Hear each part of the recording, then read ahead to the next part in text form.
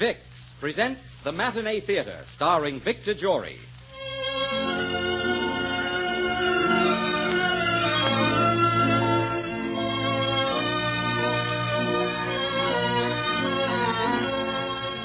Vicks, the makers of Vicks Vapor Rub, Vicks Vatronol, Vicks Cough Drops, and Vicks Inhaler, brings you the Matinee Theater, starring Victor Jory in a most unusual Christmas play.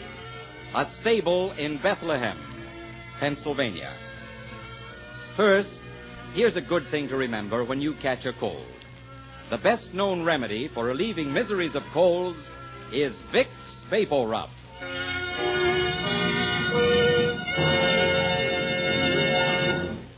Ladies and gentlemen, today from the stage of the Matinee Theater, Vicks invites you to enjoy a modern miracle play. A different kind of Christmas story with a special meaning for all of us. A Stable in Bethlehem, Pennsylvania.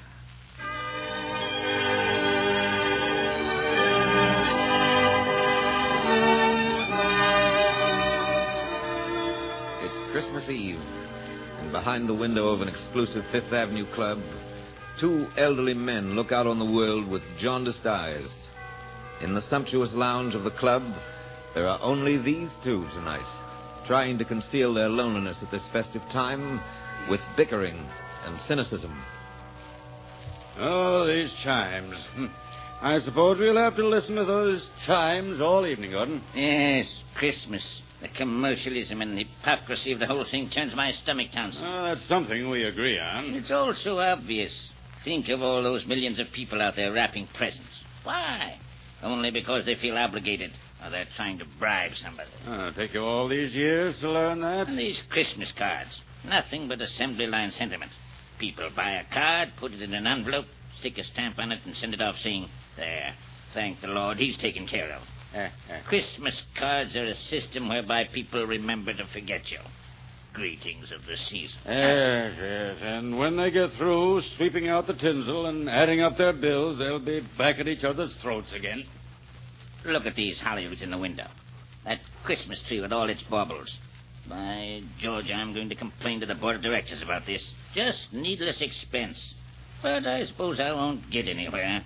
There's a prize collection of nitwits, our board of directors. No. Wait a minute, Gordon. Wait a minute. I resent that. I happen to be a member of that board. I apologize. I should have said they're all nitwits but one. Well, thank you. And that one's a fool. Huh? Now, look here, Gordon. All right. You know, Townsend, I'll make you a wager. What's that? I'll bet not 1 in 50 people down there in the street knows the story of Christmas, of Bethlehem, the shepherds. Oh, they know the story, all right. The strange thing about it is that they believe it. You're right. The miracle of Bethlehem is a myth. Are you sure of that, sir? Huh? What's that? Who are you?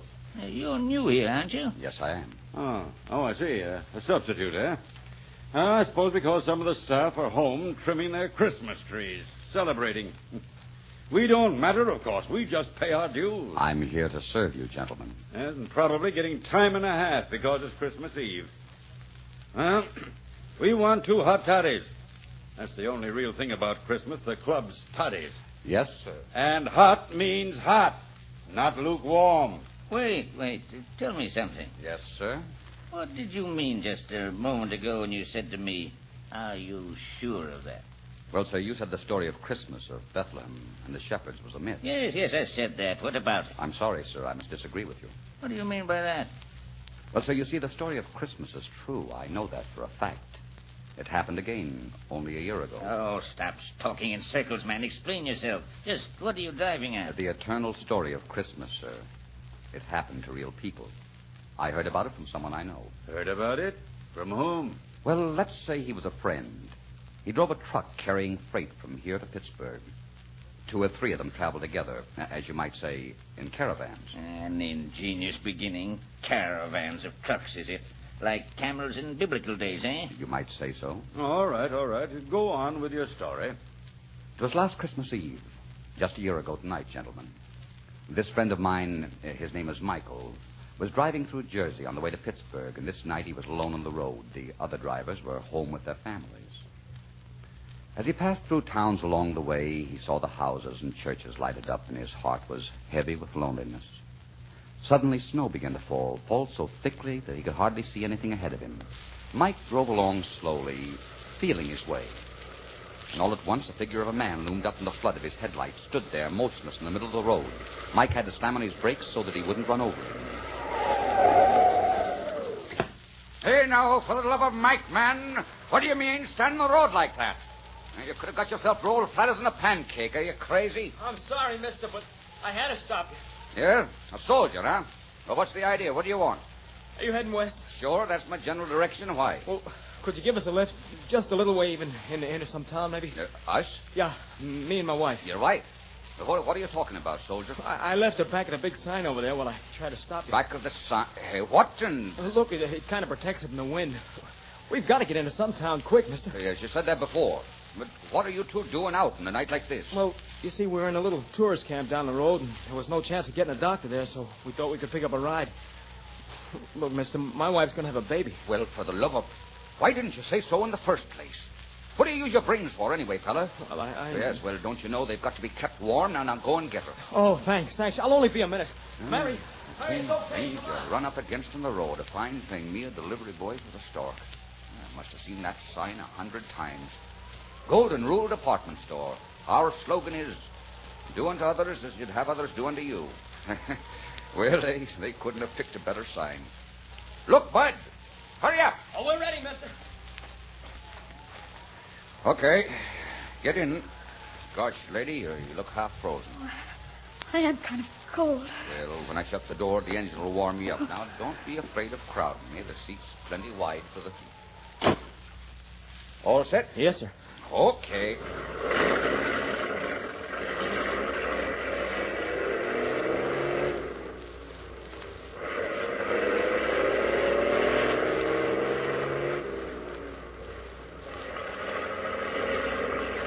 We'll find some place in the road and stop for some hot coffee. That'll thaw you out, ma'am.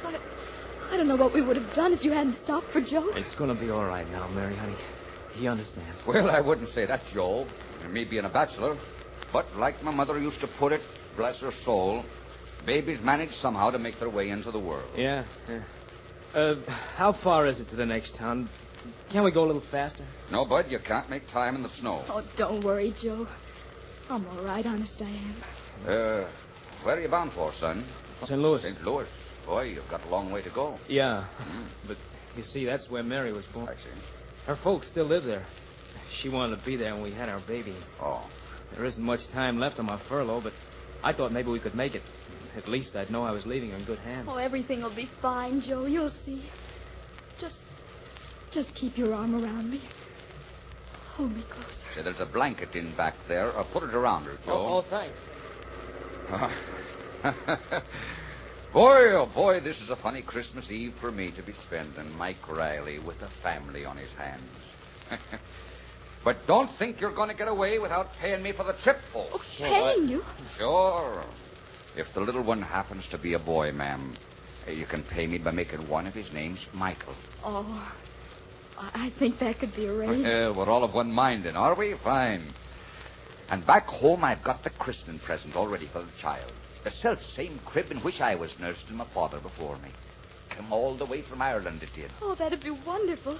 Joe was going to make a crib all by himself. Oh? You see, he was a carpenter before he went in the Army. The best carpenter you ever saw. No, honey, I wasn't that good. Never try to argue with a woman, Joe. What about that crib I'm going to give you? Now that's something for a baby to stretch himself in, with plenty of rooms to kick his legs in the air. Hand-carved it is. All of it. And right at the head are 2 angels. The little fella can't open his eyes without seeing them. And this fine crib with all the trimmings is yours, ma'am. Oh, we'd feel very proud to have you as a godfather, Mike. Thank you. You don't mind if I call you Mike? Mike it is, ma'am. The only time I get Michael is when I see it on my pay envelope. Yeah, I'm always Joe. Last man to call me Joseph was the minister who married us. Remember, honey? Yes, he was so nice. He said, Joseph, do you take this woman? And Mary, do you take this man? Gee, my knees were so wobbly I could hardly stand. Yeah, I remember how funny you look. Watch yourself. Oh, what's the matter, honey? Oh, nothing. I just feel a little sick. Mike, we got to get her to a doctor. Oh. What can we do? Well, we're going as fast as we can. If we go any faster, we'll end up in the ditch. We're going to do our best, soldier. And that's about all we can do.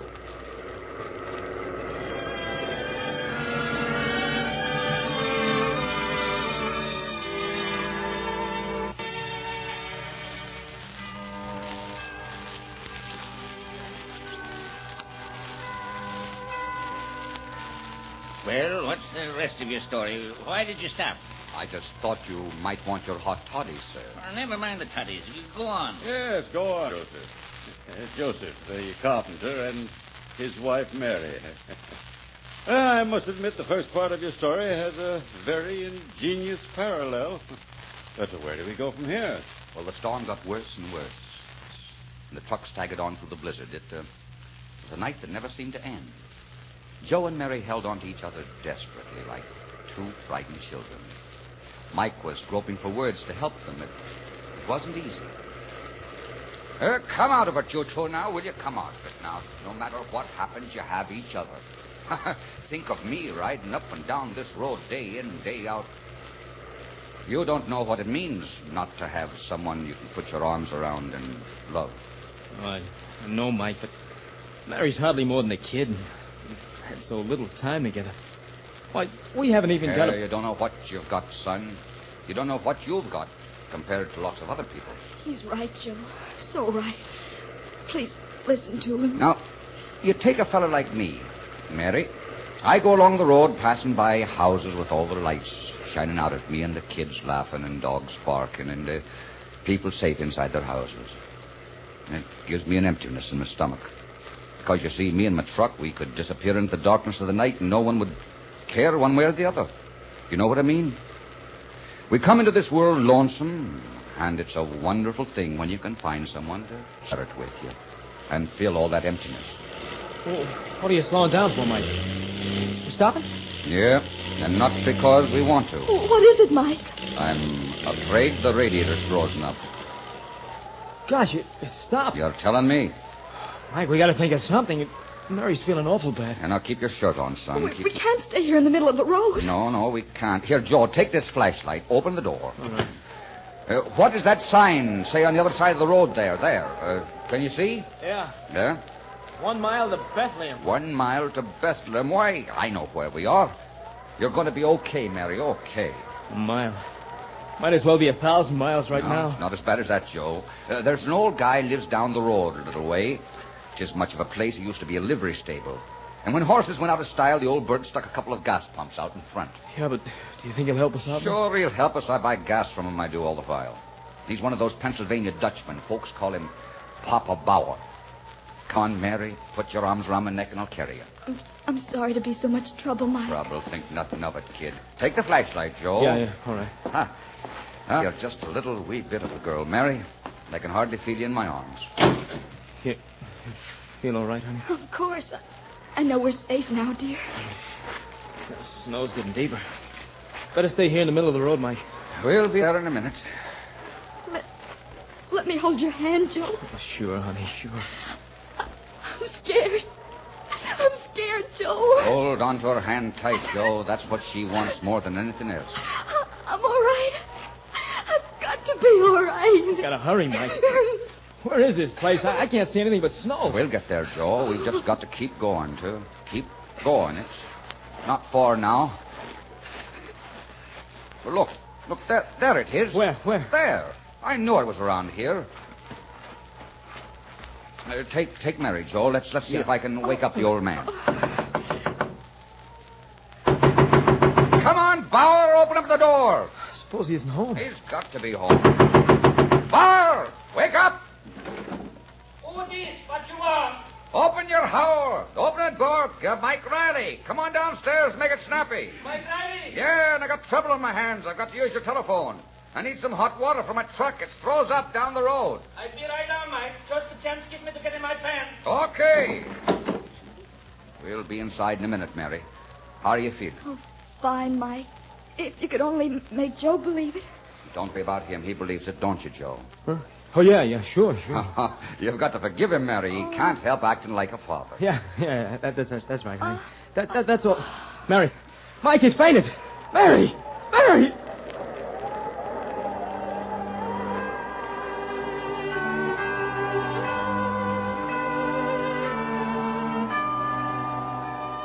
Well, they waited a few minutes. Joe and Mike and Mary. Minutes that seemed like hours. Papa Bauer finally came down and let them in. And there they were, Mary and Joseph and Mike Riley, in a stable near Bethlehem, Pennsylvania. That's pretty good. Mary and Joseph and Mike Riley. Yeah, but what about the shepherds and the wise men? Oh, they came. And there was a star, too. Oh, come now. Would you like me to finish, Joe? By all means. I wouldn't miss this for the world. No, Nerai, go on. Well, Mike and Papa Bauer started calling up doctors for Mary. But it was Christmas Eve. It didn't seem any of them were at home.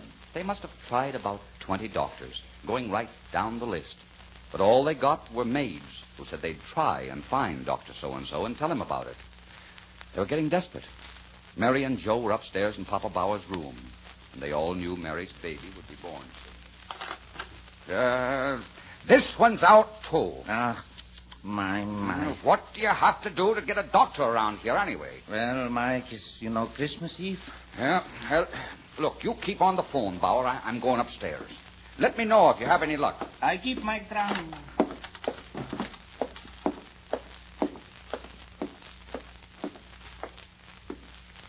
How is she, Joe? Oh, I don't know. Did you get a doctor? The old man's still on the phone. You mean you can't find a doctor? Oh, Mike, it's not fair. You can't expect her to have a baby in a stable with no one to help her. Don't worry, Joe. Please, darling. Don't worry. It's all right to say, but we're only kidding ourselves. Now, wait a minute, kid. Don't make it any worse for her. May I have some water? Sure, Mary, all the water you want. Here you are, honey. Thank you, dear. Now, you just sit down, Joe. No, right here on the bed. Listen, Joe. You said something about a woman having a baby all by herself in a stable. Well, I'm not exactly a religious guy, but I can remember my grandfather telling me a story I never forgot. Oh, Mike, this is no time for stories. It's always time for this story, Joe. I can still see the old boy's gentle smile as he told it to me. It went something like this. The birth of young Jesus, he'd say, was a miraculous thing. It happened in those days that Joseph came to Bethlehem with his wife Mary, who was great with child. There was no room at the inn for them, nor accommodations.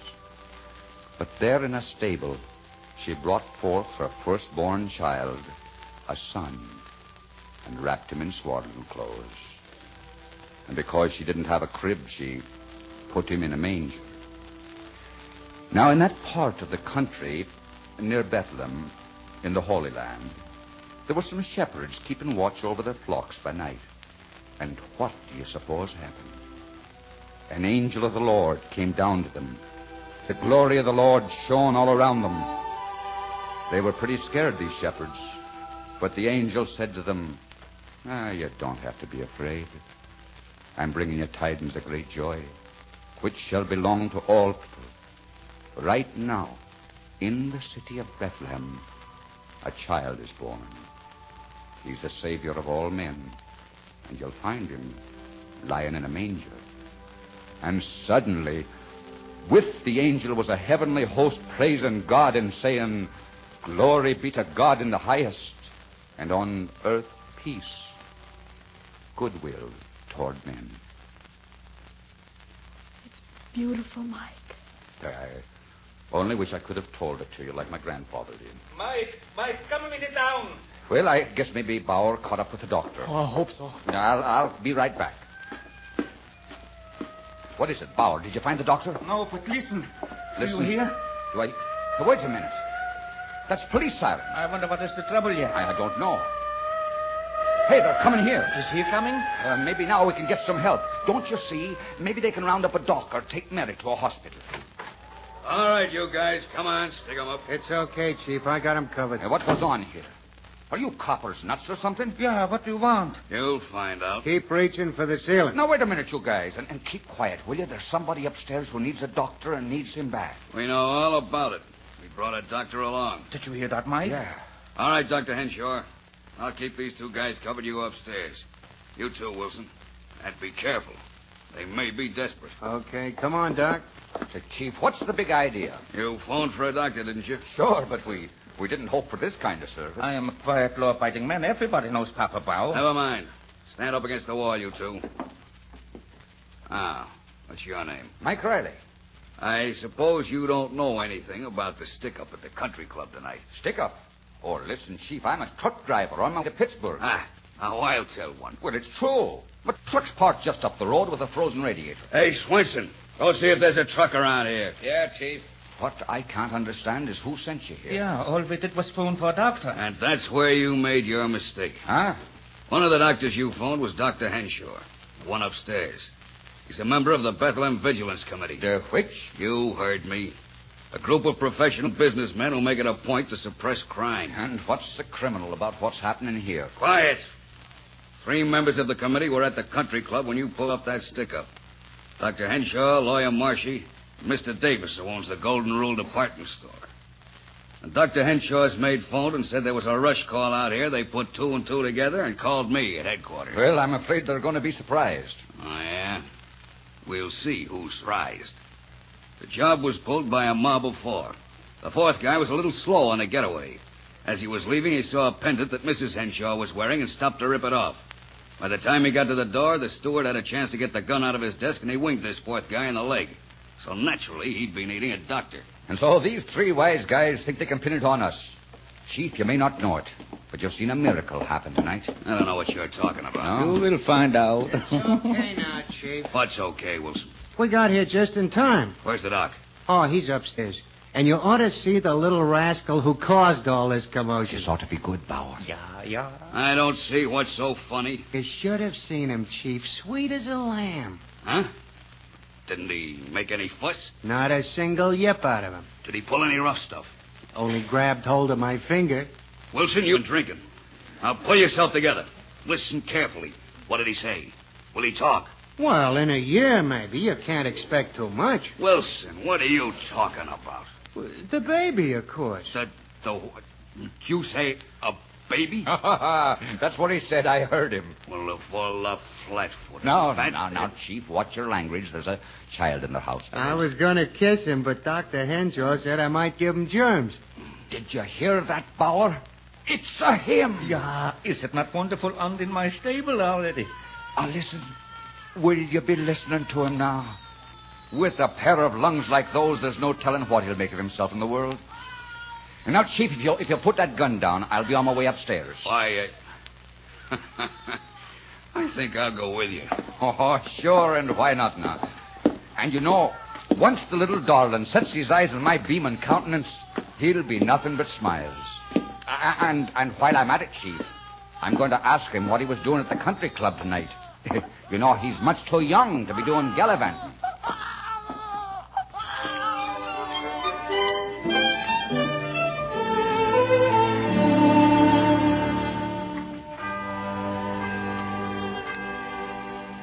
So you see, gentlemen, there was Mary, Joseph, and the baby in that stable in Bethlehem, Pennsylvania.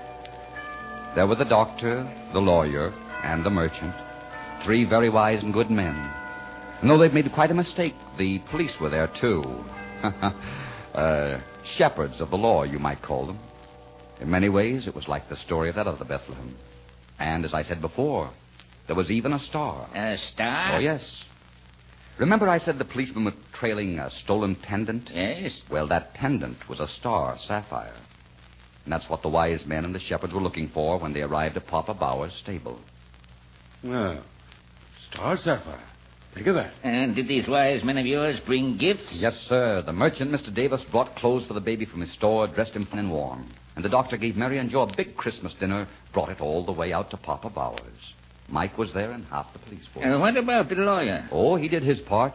He made all the arrangements for Mary and the baby to go to her folks in St. Louis in real style. What do you think of that? What do I think of it? I think it's one of the most heartwarming stories I ever heard. I think it calls for a drink. Right, and you must join us, waiter. What do you say to some hot Christmas toddies? You're very kind, sir, but I must ask you to excuse me. Nonsense. Your story has turned what promised to be a long, dreary evening into a most enjoyable one.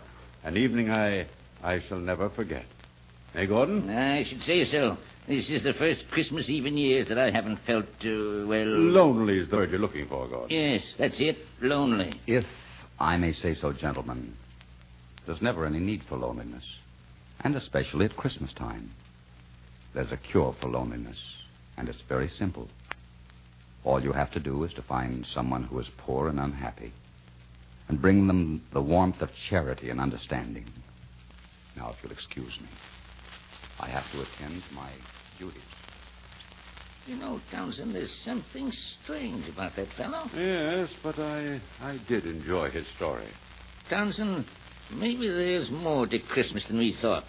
Possibly we've built a shell around us, a shell through which the good things, the kind things can't get through. Yes, and it took a waiter to show it to us.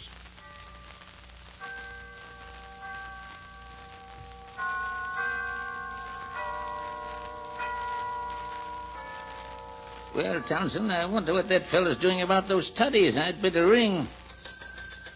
Now, why do you suppose he wouldn't have a Christmas toddy with us? Oh, I don't know. Probably Yes, gentlemen, did you ring? Oh, it's you, Tom. Why, yes, Mr. Gordon.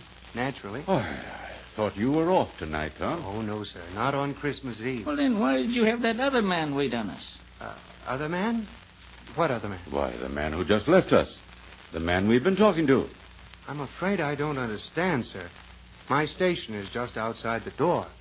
Aside from you two gentlemen, I've seen no one enter or leave this room. What? That's right, sir. And I can assure you that we have no extra waiters on tonight. No extra waiters? What? Wait, Gordon. All right, Tom.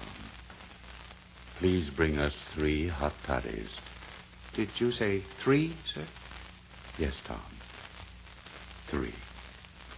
1 for Mr. Gordon, 1 for me, and 1 for the, shall we say, the spirit of Christmas.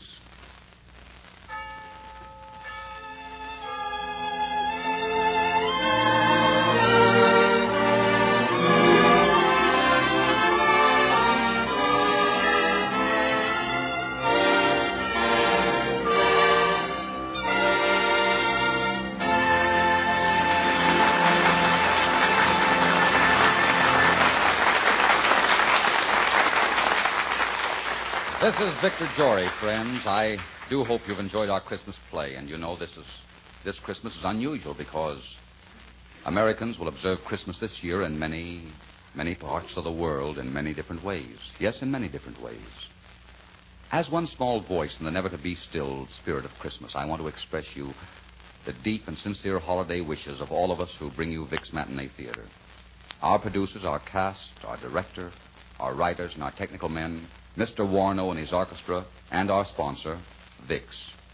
To you, our audience, we say thanks for your many expressions of appreciation for our efforts, the knowledge that you're enjoying our productions, and to your relatives in the service of our country who can't be with you tomorrow, well, God bless them and bring them back safely for another Christmas. Thank you, and a very Merry Christmas.